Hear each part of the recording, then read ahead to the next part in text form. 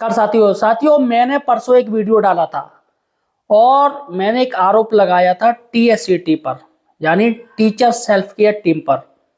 और दोस्तों ये महीने में सिर्फ 200 या 300 रुपए लेते हैं, यानी एक दान होता है।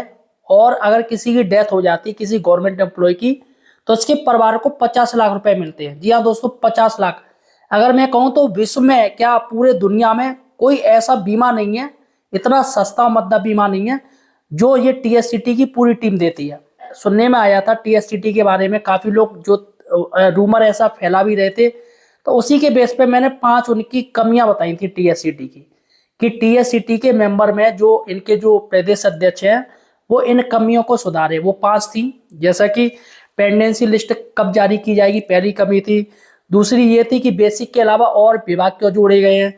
तीसरी ये थी कि अगर किसी टीचर की मौत हो जाती है तो उसका डिपार्टमेंट क्यों नहीं खोला जाता है, ठीक है। और जो चौथा था कि अगर कोई दारू पी लेता है, उसकी किडनी फेल हो जाती है, लेकिन उसको एंड टाइम पे उसको टीएससीटी से जोड़ दिया जाता है ना, कोई जांच नहीं होती है और उसके परिवार वाले को 50 लाख रुपए दे दिए जाते, भैया कि कोई दारू पी रहा है और आप हेल्प कर रहे हो। तो ये चीज गलत है, जो कि मैंने कहा। और ये भी बोला था कि टीएससीटी की टीम, जो जिला टीम है, वो घपला भी कर सकती है। जी हाँ, लाखों रुपए का घपला कर सकती है। अगर एक भी फेक नाम दे दिया तो इसमें दोस्तों दिक्कत हो सकती है। तो यहाँ पर मैंने 5 जो कमियां थी वो बताई थी। लेकिन दोस्तों जब मैंने वीडियो डाला तो काफी प्यार दिया आप लोगों ने और वीडियो वायरल भी हुआ। लेकिन दोस्तों मैंने देखा जो कमेंट आ रहे थे उसमें 60% लोग टीएससीटी को सपोर्ट कर रहे थे। 60 नहीं, आप मान के चलिए 70%। सिर्फ 30% लोग थे जो कह रहे थे नहीं, टीएससीटी में ऐसा होता है। तो यहाँ पर दोस्तों मैं कंफ्यूजन में हो गया, भाई 70% लोग ज्यादा हैं, यानी टीएससीटी को लोग सपोर्ट कर रहे हैं। तो दोस्तों इनके जो संस्थापक है, जब मैंने टीएससीटी की और जानकारी करी तो इनके जो संस्थापक हैं, जिनका नाम है विवेकानंद जी। तो साथियों मैंने उनका नंबर लिया, किसी ना किस तरीके से ढूंढा और विवेकानंद जी से डायरेक्ट मैंने उनसे बात की और उनसे यही 5 प्रश्न पूछे। और यहाँ पर दोस्तों जब मैंने टीएससीटी की ये चीजें देखी तो यार मैं खुद, मेरा धुआं उड़ गया भाई साहब। भाई कसम से यार, टीएससीटी मैं कह रहा हूँ सभी को लेना चाहिए, सभी को। और जो लोग कहते हैं ना कि भैया कुछ भी हो सकता है ये है वो, लेकिन दोस्तों आज मुझे पता चला कि टीएससीटी, ये माने चलो इतना ज्यादा सख्त नियम है। लोग ये जानते हैं किसी की डेथ होगी तो भैया हाल दे देते, ऐसा नहीं है, बल्कि इतनी सारी जांच होती, इतनी सारी जांच होती है। इतनी तो दोस्तों कोरोना के भी ना होंगी जांचें, इतनी तो डेंगू की भी ना होगी, इतनी सारी जांच की जाती हैं। तो दोस्तों मैं आश्चर्य हो गया। चलेगा दोस्तों, मैंने जब उनसे 5 प्रश्न पूछे कि सर ये क्या क्या है, आप इसके बारे में दीजिएगा, तो देखिएगा उन्होंने क्या जवाब दिया है। इसके साथ ही दोस्तों सही और सटीक जानकारी के लिए सिर्फ आप हमारे चैनल एम्प्लॉय हेल्पर को सब्सक्राइब कीजिए, क्योंकि यहाँ पर सारे गवर्नमेंट एम्प्लॉय ही जुड़े हैं और आपको पूरी जानकारी सही और सटीक मिलेगी। तो साथियों अब हमारे साथ है विवेकानंद जी, जो टीएससीटी के फाउंडर। स्वागत है आपका भाई साहब। बहुत बहुत धन्यवाद सर। तो सर मुझे ये बताइए, मैं आपसे कुछ प्रश्न पूछना चाहता हूँ। और जो लोग काफी जो टीएससीटी से जुड़े हुए हैं, जो गवर्नमेंट एम्प्लॉय हैं जी सर, उनके मन में यही रहता है कि अभी तक आपने पेंडेंसी लिस्ट जारी क्यों नहीं की। आखिर क्या मैटर है कि अगर किसी की मौत अभी हो रही है, जैसे 1 नवंबर 2025 को हो रही है, तो उसकी पेंडेंसी लिस्ट, उसका नाम 1 साल बाद क्यों आता है, 2026 में जाके क्यों आता है, या 1.5 साल बाद क्यों आता है सर? मैं दो तीन चीजें क्लियर कर दूं। पहली बात तो चलिए, आपका क्वेश्चन अच्छा है, आपके माध्यम से और लोगों को भी जानने का अवसर प्राप्त होगा। टीएससीटी हर सवालों के जवाब देने में विश्वास करती है। सबसे पहले बता देना चाहूंगा कि लोगों की डिमांड पर नहीं, टीएससीटी के खुद के विचारों के अनुरूप हमने जुलाई से ही सभी मृतकों की सूची अपनी वेबसाइट tsctp.com पे अपलोड करना शुरू कर दिया गया है। कोई भी शिक्षक साथी जाकर देख सकता है। जुलाई से यह सुविधा हमारी वेबसाइट पे उपलब्ध करा दी गई है। कोई भी व्यवस्था जब चालू होती है तो उसमें बहुत सारे नए नए फीचर्स जोड़ने में समय लगता है। जब लोगों की डिमांड आई और हमें भी आवश्यकता लगी तो हमने इस फीचर्स को बनवाने का प्रयास किया और वो जून में बन गया और जुलाई से हमने इसका अपडेशन का कार्य शुरू कर दिया। तो यह नहीं कहा जा सकता कि टीएससीटी पेंडिंग लिस्ट नहीं देती, लेकिन पेंडिंग लिस्ट से यहाँ यह तात्पर्य नहीं होगा कि वैधानिक सदस्यों की सूची, वहां पे वह जो सूची है वो मृतक शिक्षकों की सूची है। उसमें वैधानिक भी है, अवैधानिक भी है।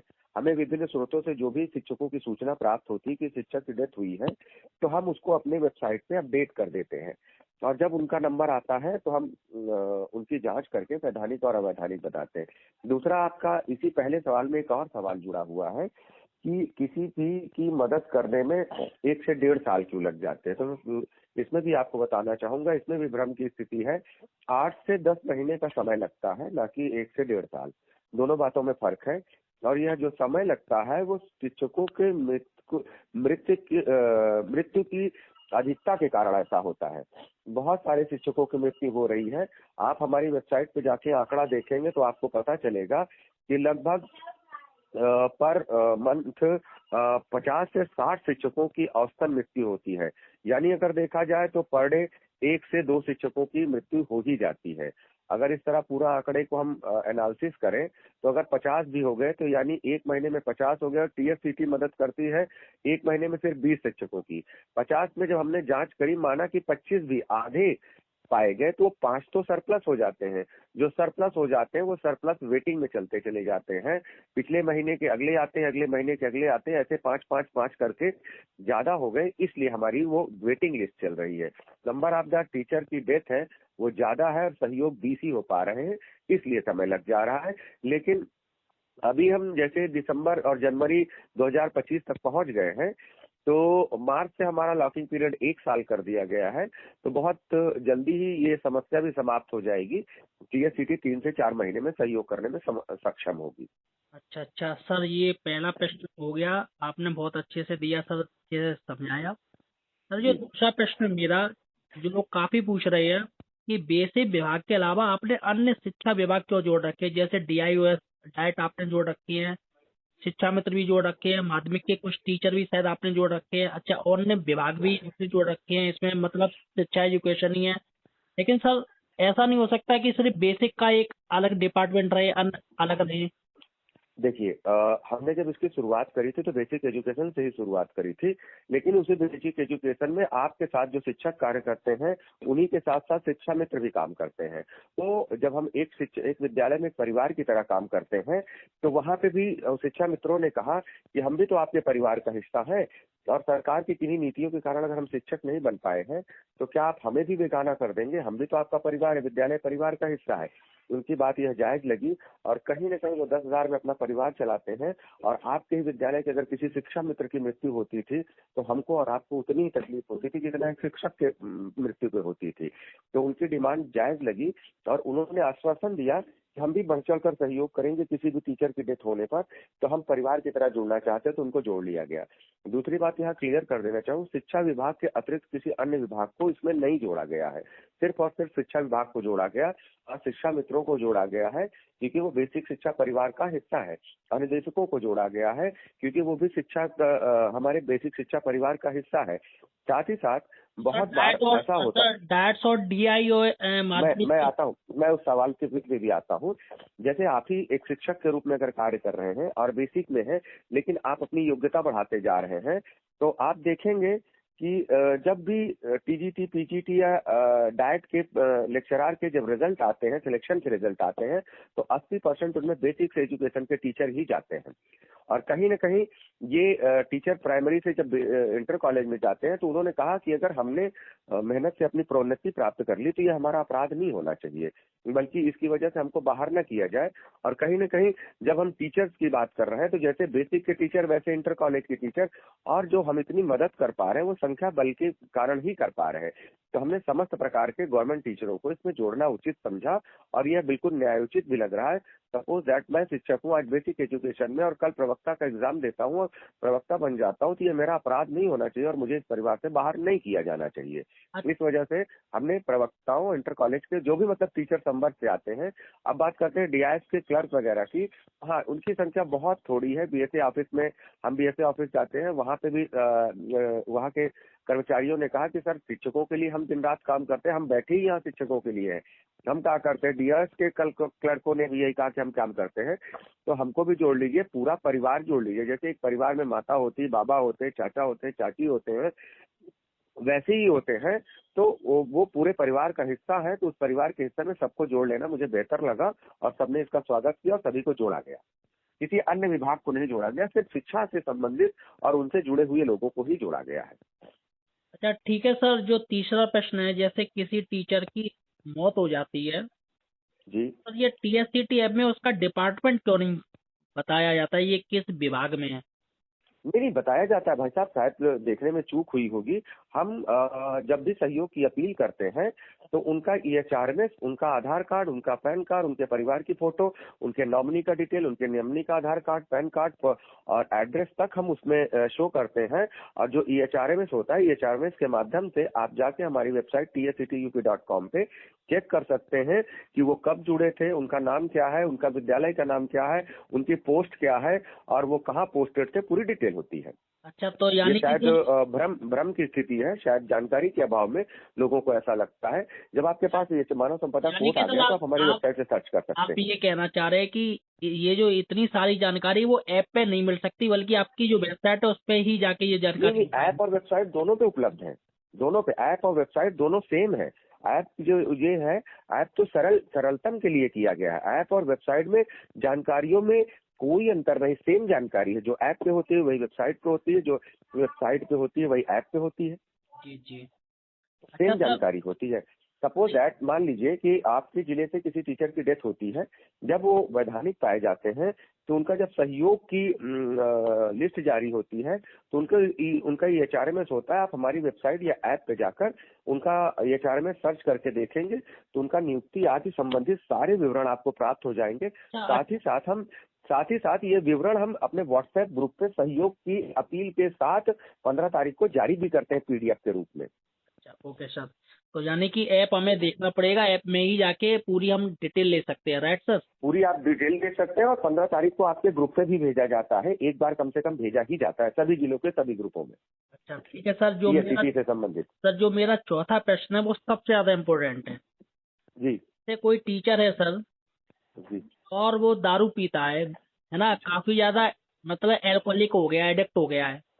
जी। काफी लोग कहते हैं कि जब सबको पता है कि उसके लीवर और अगर किडनी फेल हो गई है तो उसकी डेथ तो होनी होनी है। नहीं, ऐसा नहीं कहा जा ऐसे सकता में कि सर अगर सर एक मिनट, ऐसे में क्या होता है कि उनके ही स्कूल में या कोई ऐसा जानने वाला हो तो उसको फौरन उससे TSCT से जुड़वा दिया जाता है। अब सर उसकी डेथ होती है, यानी दारू वो पी रहा है, लेकिन जो बाहर पड़ता है वो अन्य शिक्षकों के जेम से पड़ता है, उसके परिवार वाले को 50 लाख मिलते हैं। तो सर आप क्या ऐसा कुछ जांचते हैं या वैसे ही आप नाम उसमें आप? नहीं नहीं भाई साहब, मैं आपको पहली बात तो बता देना चाहूँ कि एक नैतिकता के रूप में मैं तो ये मान के चलता हूँ कि किसी भी शिक्षक को शराब वगैरह से दूर रहना चाहिए, क्योंकि शिक्षक अपने आप में एक आदर्श स्वरूप होता है। जी सर। फिर भी अगर कुछ शिक्षक पीते हैं तो ये उनका व्यक्तिगत मामला है। बीमारियां तो किसी को भी लग सकती है, जो शराब पी रहा है उसको भी, जो शराब नहीं पी रहा है उसको भी। पहले देखिए जो तंबाकू खाते थे उनको कैंसर होता था, और आजकल के ऐसे केसेस आ रहे हैं जिसमें तंबाकू को कभी हाथ भी नहीं लगाए उनको भी कैंसर हो रहे हैं। तो जो हमने देखिए, हमारा जो उद्देश्य था वो शिक्षकों को मृत्यु पर उनके परिवार की मदद करना था। माना कि शिक्षक की कुछ गलतियां थी, उस गलतियों की वजह से उसकी डेथ होती है, पर उसका परिवार तो उतना ही सफर करता है। हम परिवार को बेसहारा होने से बचा रहे थे। फिर भी इसके दुरुपयोग को रोकते हुए कि शिक्षक गलती कर रहा है तो उसकी गलती की वजह से शिक्षकों पे बोझ ना पड़े, हमने लॉकिंग पीरियड रखा है। गंभीर बीमारी से होने वाली मृत्यु पर 1 साल पूर्व जुड़ा हुआ होना चाहिए। सपोज दैट किसी का लीवर खराब हो गया, किडनी खराब हो गई, उसके बाद वो जुड़ता है तो ऑब्वियसली 2-4 महीने में शायद वो ना बचे हमारे बीच। और अगर 2-4 महीने से ज्यादा सर्वाइव करके 1 साल तक दूसरों की मदद करता है तो उसकी इस गलती को क्षम्य करते हुए उसके परिवार की मदद की जानी चाहिए। हमारी बहुत विधिवत स्तर पर जांच की जाती है। किसी भी शिक्षक की डेथ होती है, अगर 1 साल से कम होती है तो हम उसके विद्यालय पता करते हैं, बीआरसी पता करते हैं, स्टाफ से पता करते हैं, जिले और ब्लॉक के शिक्षकों से भी बात करते हैं और पता करते हैं कि मृत्यु का कारण क्या है। अगर मृत्यु का कारण गंभीर बीमारी पाया जाता है और मृत्यु जुड़ने से 1 वर्ष के अंदर हुई होती है तो वो इनवैलिड होते हैं। थोड़ी शक्ति हमने बरती है ताकि शिक्षक सही समय पे जुड़ जाएं और सिर्फ लेने के उद्देश्य से ना जुड़े और देने के उद्देश्य से जुड़े। बाकी मानवीय आधार पे तो मेरा यह मानना है कि किसी भी शिक्षक की किसी भी सिचुएशन में मृत्यु हो, अगर संभव हो तो हम सबको मदद करनी चाहिए, लेकिन ऐसा संभव नहीं हो पाएगा क्योंकि फिर तो कोई जुड़ेगा ही नहीं। जब मृत्यु का समय आएगा तभी जुड़ पाएंगे और फिर तो देने वाला कोई मिलेगा ही नहीं और हम किसी की मदद नहीं कर पाएंगे। इसलिए हम इसकी विधिवत जांच करते हैं और गंभीर बीमारी के मामले में 1 साल बाद ही सहयोग करते हैं। अच्छा, तो सर जो जांच की जाती है तो वो मतलब सर आपकी जिला टीम के माध्यम से की जाती, पूरी इंक्वायरी की जाती उसकी, जैसे डॉक्टर की रिपोर्ट ये सारी चीजें ली जाती है, या सिर्फ वहाँ ये वहां पर जाकर ये नहीं नहीं, हमारी कई चरणों में जांच होती है। मैं इसको बताना चाहूँ, सपोज दैट किसी टीचर की डेथ की सूचना हमको प्राप्त हुई और वो 8 महीने में एक्सपायर कर गए थे। जब उनका नंबर आता है तो 1 महीने पहले, मान लीजिए किसी की दिसंबर में हुई है, नवंबर से हम उसकी जांच करना शुरू कर देते हैं। जैसे दिसंबर का आने वाला था तो हम उसका EHRMS लेते हैं, विद्यालय आदि पता लगाते हैं, हम विद्यालय स्टाफ से बात करते हैं, हम उसकी BRC से बात करते हैं, हम उनके संकुल से जुड़े हुए अन्य सदस्यों से फोन पे बात करते हैं। अगर विद्यालय स्तर से पता चलता है, BRC स्तर से पता चलता है कि वो मेडिकल ले रहे थे, तो हम परिवार से संपर्क करते हैं। अगला चरण हमारा होता है परिवार से संपर्क करना। पहला चरण होता है विद्यालय से संपर्क करना, जानकारी प्राप्त करना। दूसरा चरण होता है BRC से बात करना। अगर इस जगह तो दोनों जगह से हमको प्राप्त होता है कि वो मेडिकल आदि पे चल रहे थे, तो फिर हम परिवार से संपर्क करते हैं और कहते हैं कि हमें सूचना प्राप्त हुई है कि परिवार सर मेडिकल पे थे, किन कारणों से मेडिकल पे थे, वो जो पेपर उन्होंने विभाग में लगाए थे वही पेपर आप हमको उपलब्ध कराइए। जो परिवार के द्वारा पेपर उपलब्ध कराया जाता है उसको अगले चरण में हम जाके 3 लेवल का हमारा मेडिकल पैनल है, हम 3 डॉक्टरों के पास उसको भेजते हैं और तीनों डॉक्टरों की रिपोर्ट जो कॉमन आती है उसी को हम आउटपुट मानते हैं। उसके बाद रिपोर्ट को जो डॉक्टर की रिपोर्ट्स आती है, डॉक्टर का व्यू जो आता है उसको अपने सामने रखते हैं। साथ ही साथ ब्लॉक के, जिले के और संकुल के शिक्षकों से बात की जाती है और जिले के पदाधिकारियों से बात की जाती है। उनके जो व्यूज होते हैं, डॉक्टर के व्यूज और शिक्षकों के व्यूज, दोनों को मिलान किया जाता है और दोनों को मिलान करने के बाद देखते हैं अगर कारण सेम निकल के आ रहे हैं उसके हिसाब से निर्णय लिया जाता है। अगर उसमें भी विपरीत आती है तो हम गोपनीय जांच भी कराते हैं, पड़ोसी जनपद से भी जांच करा लेते हैं। मान लीजिए डॉक्टर कह रहा है ये तो गंभीर बीमारी का मामला प्रतीत हो रहा है, लेकिन वहां के ब्लॉक के शिक्षकों ने बोल दिया नहीं नहीं कुछ नहीं था, कुछ नहीं था। कई बार ऐसा होता है कि भावनावश लोग छुपाने की कोशिश करते हैं कि हम छुपा लेंगे तो उनके परिवार का भला हो जाएगा। ऐसी सिचुएशन में हम पड़ोसी जनपद या प्रदेश टीम का प्रतिनिधि जिले तक भेजते हैं और उस हॉस्पिटल तक भेजते हैं जहां उनका इलाज चला हुआ होता है। मैं खुद कई हॉस्पिटल विजिट किया हूँ और पता करता हूँ कि संबंधित शिक्षक एडमिट थे तो उनका किस चीज का इलाज चला था। तो हम इस तरह जांच करते हैं जो कि बहुत गहनता से की जाती है। इसीलिए कई बार हमको लिस्ट जारी करने में टाइम लग जाता है। मृतकों की सूची तो जारी कर देते हैं लेकिन वैधानिकता की जांच करने में हमको बहुत समय लगता है। सपोज दैट एक टीचर है 1 साल से अधिक हो गया था, तो 1 साल से अधिक होने के बाद तो प्रथम से दृष्टया वो वैधानिक हो गए, लेकिन 1 महीने में 10 सहयोग हो रहे हैं या 20 सहयोग हो रहे हैं, 20 रसीद अपलोड करी है। तो अब 20 धाम में 12 महीने में हुआ 144 रसीदों और उनका ट्रांजैक्शन आईडी तक का हम मिलान करते हैं। ऐसा तो नहीं कि कोई फर्जी रसीद अपलोड कर रहा हो, एक ही रसीद को बार बार अपलोड कर रहा हो। इसलिए एक एक टीचर का हम एक एक रसीद और एक एक ट्रांजैक्शन आईडी तक मिलान करते हैं। इसलिए हमें काफी समय लगता है और हमारे शिक्षक साथियों को समझना होगा कि हम भी शिक्षक हैं, हम भी नियमित विद्यालय जाते हैं। अपने स्कूल में पठन पाठन करने के बाद अपने परिवार को जो दिया जाने वाला समय है उसी में से समय निकाल के यह करते हैं और हमें पर डे लगभग इस पे थोड़ा बहुत काम करना ही पड़ता है। बहुत सारा समय इसमें देना पड़ता है। इतना समय देने के बावजूद भी काफी समय लग जाता है और शिक्षकों को हमारे समझना चाहिए कि 4 लाख शिक्षकों का परिवार एक विभाग से भी बड़ा हो गया है। इसका संचालन इतना आसान नहीं होता है, तो कुछ चीजें डिले होना स्वाभाविक है। देर हो जाए, जल्दबाजी में गलत हो जाए, इससे अच्छा है सही हो लेकिन देर से हो जाए, कोई बात नहीं। रही बात विश्वसनीयता की, तो मृतकों की सूची तो वेबसाइट पे पड़ी, उसमें कोई गड़बड़ हो नहीं सकती। इसलिए देर सवेर हम निर्णय लेते हैं तब निर्णय सही लेते हैं। सर आपका जो इतना प्रोसीजर है, इतना हार्ड प्रोसीजर, मेरा तो सिर चकराने लगा सर।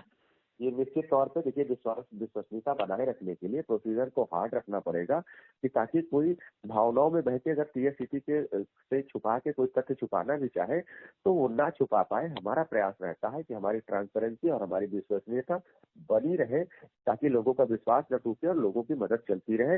विश्वसनीयता बनाए रखना इसलिए मजबूरी है क्योंकि आज TSCT से लाखों परिवारों को, शिक्षक परिवारों को उम्मीद है और इस उम्मीद को कायम रखना मेरी नैतिक जिम्मेदारी है और एक नैतिक दबाव है। इसलिए मैं दिन रात एक करके मेहनत करता हूँ, लेकिन सही निर्णय पे पहुंचता हूँ।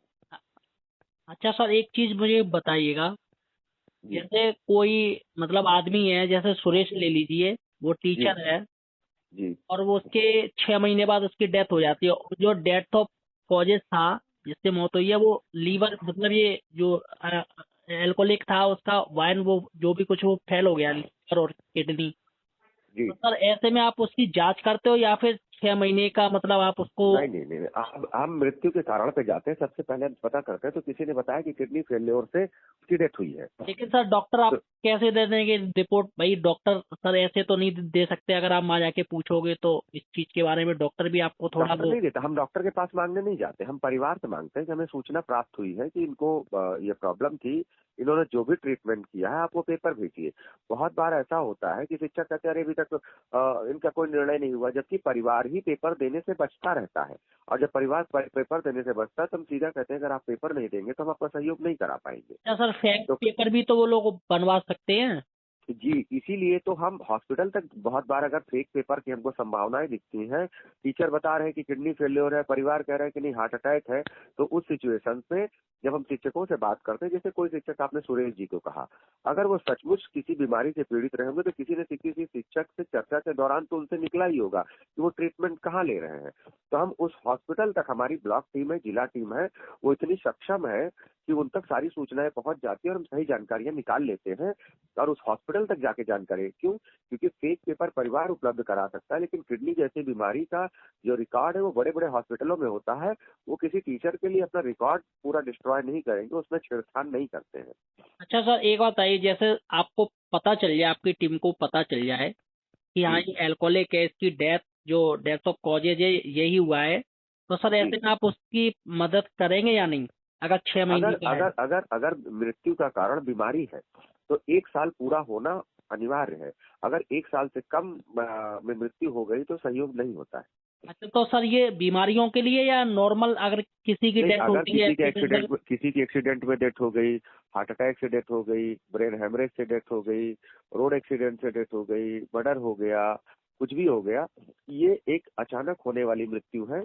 इसमें 6 महीने का लॉकिंग पीरियड अगर पूरा है तो उनकी मदद की जाती है। जी जी जी, लेकिन और आपका ये गंभीर जो। बीमारी की सिचुएशन में 1 साल बाद मदद की जाती है। ठीक, थैंक यू सर। एक लास्ट और है मेरा प्रश्न। बिल्कुल। सर ये बताइए, जैसे मान के चलिएगा आपको बुरा ना लगे, बिल्कुल बताएं सर। जैसे जैसे सर, जैसे मान के चलिएगा, जैसे यही इनका नाम क्या नाम बताया था मैंने, सुरेश। सुरेश है, सुरेश सुरेश आपने की मौत हो एग्जाम्पल गई। लिया जी। जी सुरेश की मौत हो गई और वो नॉर्मली उनकी मौत हुई है। अब जी। सुरेश आपकी टीएससीटी टीम से जुड़े नहीं थे, जी आपके जिले में कोई टीम है और उनकी उनसे आपका जो कार्यकारिणी है उसमें किसी की दोस्ती है, जी ऐसे में कुछ मेन मेंबर लोग अगर वहां पर पहुंच गए और उनसे कह दी जी कि उनके परिवार वालों से कह दी हम आपको 50 लाख दिलवा देंगे, तो जी इसमें आप ऐसा कीजिए 25 लाख हमें चाहिए, 25 लाख आप रख लीजिए। और जी। सर आपको तो चूंकि प्रयागराज आप चलिए, देखोगे इसमें पूरा ऑल।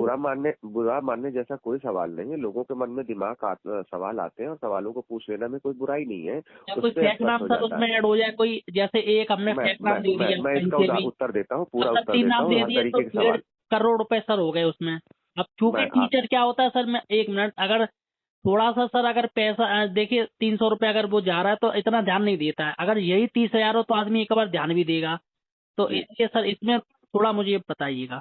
जी जी। मैं पहली बात तो बता दूंगा कि बहुत सारे शिक्षक हैं जो बहुत गहनता से जांच करते हैं। सपोज दैट आपने सुरेश का नाम लिया, सुरेश नाम के टीचर आपके जिले में थे। उदाहरण के तौर पे अगर उनकी डेथ होती है तो सबसे पहले किसे पता चलेगा, आपको या कि मुझे? ये हम लोगों को ही सर। आपको पता चलेगा। तो मैं विश्वास मानिए आज टीएससीटी उस मुकाम पे है कि किसी भी शिक्षक की डेथ होने पर मैं इसको सौभाग्य कहूँ या दुर्भाग्य, लेकिन ये एक सत्य है कि किसी भी टीचर की डेथ होने पर सबसे पहले लोग ओम शांति लिखने से पहले टीएससीटी की वेबसाइट पे जाके चेक करते हैं कि ये जुड़े थे कि नहीं जुड़े थे। मतलब विद इन अ मिनट ग्रुपों पे ये चर्चा चलने लगती है कि ये तो जुड़े थे, ये तो जुड़े थे, और नहीं जुड़े थे तो लोग कहने लगते हैं कि ओम शांति, दुखद, बहुत दुख हो रहा है कि ये टीएससीटी से नहीं जुड़े थे। मतलब हमसे सूचना आने से पहले आपके जिले और आपके ब्लॉक और आपके संकुल के ग्रुपों में ये चर्चा चलने लगती है। मैं प्रयागराज में बैठा हूँ, अगर देवरिया, महाराजगंज, बुलंदशहर की किसी टीचर की डेथ होती है तो मुझ तक सूचना आने में 10, 15, 20 मिनट लगेंगे। और आपने जैसे कही कि हमारी टीम जाएगी, तो हमारी टीम जैसे ही डेथ की सूचना पड़ी, मान लीजिए 11 बजे आई, तो वो तो टीचर तो हमारी टीम जो है वो स्कूल में बैठी है, तो आपस में चर्चा करेगी तो शाम तक उसके घर पहुंच पाएगी। शाम तक तो पूरा जिला ढूंढ के बता देता है कि टीचर जुड़े थे कि नहीं जुड़े थे। पहला सवाल, क्योंकि अगर नहीं जुड़े थे और जुड़ा बता दिया जाए, अगर नहीं जुड़े थे तो सारे ग्रुपों पे चर्चा का विषय बन जाता है। दूसरा बात, हर जिले में, हर ब्लॉक में जैसे आप ही हैं, देखिए आप एक शिक्षक होने के साथ साथ एक यूट्यूबर भी अच्छे हैं, तो आप यूट्यूब बनाते हैं, तो बहुत सारे ब्लॉकों में बहुत सारे टेक्निकल एक्सपर्ट भी हैं, और हमने तो टेक्निकल एक्सपर्ट ट्रेंड कर रखे हैं, लोगों को वीडियो डाल रखा है कि आप कैसे देखें। लोग जैसे किसी टीचर की डेथ होती है तुरंत उसका नाम सर्च करते हैं, अगर वो जुड़ा था तो उसका सहयोग चेक करते हैं, और चेक करना बहुत आसान है। आप कभी चेक करिएगा, आपके जिले या ब्लॉक अच्छा सर, कभी ये भी किसी अगर टीचर। मान के चलिएगा, अगर वो ना देख पाए, कोई किसी को टाइम नहीं, तो सर इसका कुछ हो सकता है कि ऐसा कुछ हो जाए नहीं, कि। मैं वही तो बता रहा हूँ, ऐसा संभव ही नहीं कि पूरे जिले से, मान लीजिए कोई जिला ऐसा है ही नहीं जहाँ 2000 से कम जुड़े हो। और सही बता दूं कि जो 2000 जुड़े वो तो देखते ही देखते हैं, जो नहीं जुड़ा है वो भी चेक कर लेता है कि देखे शायद जुड़े हुए होंगे तो इनको परिवार से मदद मिल जाएगी। तो इस सिचुएशन में चलिए 1 मिनट के लिए मान लिया कि किसी ने ध्यान दे दिया, तो अब हमारी जिला टीम आपस में चर्चा करेगी, चलो परिवार के पास चलते हैं। परिवार के पास जाएंगे तो जिला टीम में 10 से 15 लोग हैं, और 10 से 15 लोग कोई मेरे रिलेटिव या मेरे एम्प्लॉय नहीं, उसी जिले के शिक्षक है। सारे बेईमान तो नहीं हो जाएंगे। जब परिवार से बात करेंगे तो उस जिला टीम को हमसे बात करनी पड़ेगी, और जरूरी नहीं कि परिवार मान जाए। और परिवार मानेगा तो किसी न किसी तो अपने कुछ नहीं तो अपने जहाँ पे उनके शिक्षक परिचित थे, सॉरी परिचित कह रहा हूँ, पोस्टिंग थे, वहाँ के स्टाफ से बात करेंगे तो वहाँ निश्चित तौर पे ये पता चल जाएगा कि नहीं ये तो जुड़े ही नहीं थे, और नहीं जुड़े थे, और कोई बात कर रहा है कि पैसे लेके करेंगे, तो ये बात फैलने में 2 मिनट का समय नहीं लगेगा और पूरा वायरल हो जाएगा। ये संभव ही नहीं कि कोई जुड़ा ही ना हो और उसको जुड़ा दिखा के सहयोग किया जाए। पहला सवाल। दूसरा सवाल आपका था कि कोई फेक मतलब टीचर है ही नहीं, या उसकी कोई टीचर है उसकी फेक मृत्यु का सूचना जारी करके उसको सहयोग करा के उससे 50-50 कर लिया जाए। चलिए मैं इसका उदाहरण आपसे ले लेता हूँ। आप सकुशल हैं, आप मेरे जानने वाले हैं, हम और आप कहते हैं कि ठीक है, आपकी फेक न्यूज हम चलाते हैं कि आप एक्सपायर कर गए। जब भी हम सहयोग जारी करते हैं उसमें पीडीएफ जारी करते हैं एचआर में, जैसे कि मैंने आपको पहला बताया कि आधार कार्ड जारी करते हैं, पैन कार्ड जारी करते हैं, विद्यालय का नाम बताते हैं, ब्लॉक का नाम बताते हैं, जिले का नाम बताते हैं, संकुल का नाम बताते हैं, आधार कार्ड जारी करते हैं, ईएचआर में स्कोर जारी करते हैं, कब से जुड़े थे, कब तक जुड़े थे, कब कब सहयोग किए जारी करते हैं। सपोज दैट मैं जैसे ही 15 तारीख को पोस्ट वायरल करूंगा कि फला फला फला शिक्षक फला जिले के एक्सपायर कर गए थे और उनका सहयोग किया जा रहा है, तो अगर वो शिक्षक जीवित है तो पूरा हड़कंप मच जाएगा ब्लॉक में, अरे हम तो उनको सुबह देखे थे, हम तो इनको शाम को देखे थे, है ना, इनको तो कल शाम को देखे थे। और उन्हीं के यार मित्र तुरंत ग्रुपों पे लिखने लगे कि अरे इनका तो सहयोग चल रहा है, इनके तो मेरी सुबह बात हुई थी, अभी शाम को बात हुई थी, अभी मेरे साथ बाइक से आए हैं या मेरे साथ वैन पे आए हैं, मुझे बीआरसी पे मिले थे, ये कैसे हो रहा है, ये तो जीवित है। पहला। दूसरा, एक एक नोन नाम से कर देते हैं, मान लीजिए वो टीचर है ही नहीं, हमने एक नाम जारी कर दिया, तो स्कूल का नाम तो दे ही रहे हैं, ब्लॉक का नाम तो दे ही रहे हैं, संकुल का नाम तो दे ही रहे हैं, जिले का नाम तो दे, उस जिले के लोग तो कहेंगे अरे इस स्कूल में तो मान लीजिए सपोज दैट मैंने आपके ब्लॉक के किसी स्कूल का नाम लिया कि वहाँ पवन सिंह नाम के टीचर थे वो एक्सपायर कर गए, और जब आपके ब्लॉक का सहयोग चलेगा तो आप कहेंगे अरे पवन सिंह कौन थे, आपको नहीं पता तो आप जिज्ञासा बस किसी से पूछे भाई पवन सिंह कौन थे, वो भी कहेगा मैं नहीं जानता, आपका शक बढ़ेगा, आप फिर दूसरे से पूछोगे, तीसरे से पूछोगे, जिससे आपने पूछा वो भी किसी से पूछने लगे, वो भी कहेगा पता लगाता हूँ, और थोड़ी देर बाद पता चलेगा पवन सिंह नाम के तो कोई टीचर हमारे ब्लॉक में है नहीं, सहयोग कैसे चल रहा है, तो आप लोग हड़कंप मचा देंगे, हर टीचर हड़कंप मचा देगा कि हाउ इट्स पॉसिबल। टेक्नोलॉजी के साथ इतनी पारदर्शी व्यवस्था टीएससीटी ने बनाई है कि टीएससीटी खुद भी बेईमानी करना चाहे तो नहीं कर सकती है, इम्पॉसिबल है टीएससीटी में बेईमानी होना। अच्छा सर, एक चीज जानना चाहूंगा, लास्ट मेरा प्रश्न है। जी जैसे सर कोई भी एनजीओ है या कोई भी संगठन है, कुछ भी जी हो, बिना खर्चे के नहीं चलता है, तो आप जी खर्चा कैसे निकालते हैं? सर, मुझे लगता है कि आपने हमारी वेबसाइट और हमारे कार्य करने के पैटर्न के बारे में जानकारी नहीं प्राप्त करी है। ये लोगों ने जो जानकारी नहीं है बताया मुझे। आपने, हाँ, लोगों ने जो बताया आपने उसी को समझा। सबसे पहले मैं बता देना चाहूँ, जो भी सहयोग जाता है वो सीधा दिवंगत शिक्षक के नॉमिनी के खाते में जाता है, और मैं विश्वास हूँ कभी भी नॉमिनी से मैं मिलना पसंद नहीं करता, ना ही मिलता हूँ मैं। मेरी जिला टीमें जाती है और जिला टीम में वही जिले के और ब्लॉक के शिक्षक ही होते हैं और सम्मानित सदस्य होते हैं, बीसीओ लोगों के सामने स्थानीय निरीक्षण होता है। कोई भी व्यवस्था निश्चित तौर से मंदिर, मस्जिद, गुरुद्वारे भी बिना अर्थव्यवस्था के नहीं चलते, अंतिम संस्कार भी बिना अर्थव्यवस्था के नहीं चलता। टीएससीटी अपनी अर्थव्यवस्था चलाने के लिए 50 रुपए ऐच्छिक सदस्यों से वार्षिक मांगती है। एक वर्ष में आप 50 रुपए आप हमें दे देंगे ऐच्छिक, इच्छा है तो दीजिए, नहीं इच्छा तो मत दीजिए। तो उसी से हम व्यवस्था संचालन करते हैं, और उस व्यवस्था संचालन में हम वेबसाइट बनवाना, वेबसाइट का अपडेशन कराना, ऐप बनवाना, ऐप का अपडेशन कराना और उसका मेंटेनेंस, साथ ही साथ उसके लिए उसके बेहतर संचालन के लिए हमने एक कंपनी हायर कर रखी है, उसका पेमेंट, साथ ही साथ हमारा सर्वर होस्टिंग इसका पेमेंट 2-3 स्टाफ हमारे लगे हुए हैं जो इस काम को देखते हैं, क्योंकि विद्यालय समय में तो हम भी विद्यालय में होते हैं, तो हम उस काम को नहीं देख पाते हैं, तो उसके लिए स्टाफ लगा हुआ, उसका पेमेंट। और शिक्षकों की मृत्यु हो जाने पर विभिन्न जनपदों में सहयोग के बाद उनकी श्रद्धांजलि सभा आयोजित करके उनको सम्मानजनक यादें देना का कार्य।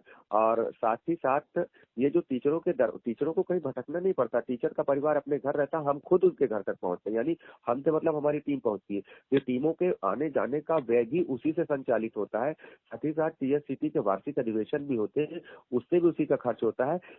और उसी 50 रुपए से इकट्ठा करी गई धनराशि से अगर किसी टीचर की मार्ग दुर्घटना में घायल होने पर इलाज के लिए भर्ती होता है तो 50,000 रुपए तक की उसमें से भी मदद की जाती है। अच्छा, यानी कि एक्सीडेंटल किसी का टीचर का हो जाए तो और उसमें अगर भी हम उसने इलाज करने में ईयरली मदद करते हैं। अगर 50 रुपए ईयरली अगर भराए तो सर उसमें उसकी हेल्प होगी। उसको 50,000 रुपए तक की मदद करते हैं, अरे वाह रिटर्न सर, गिफ्ट।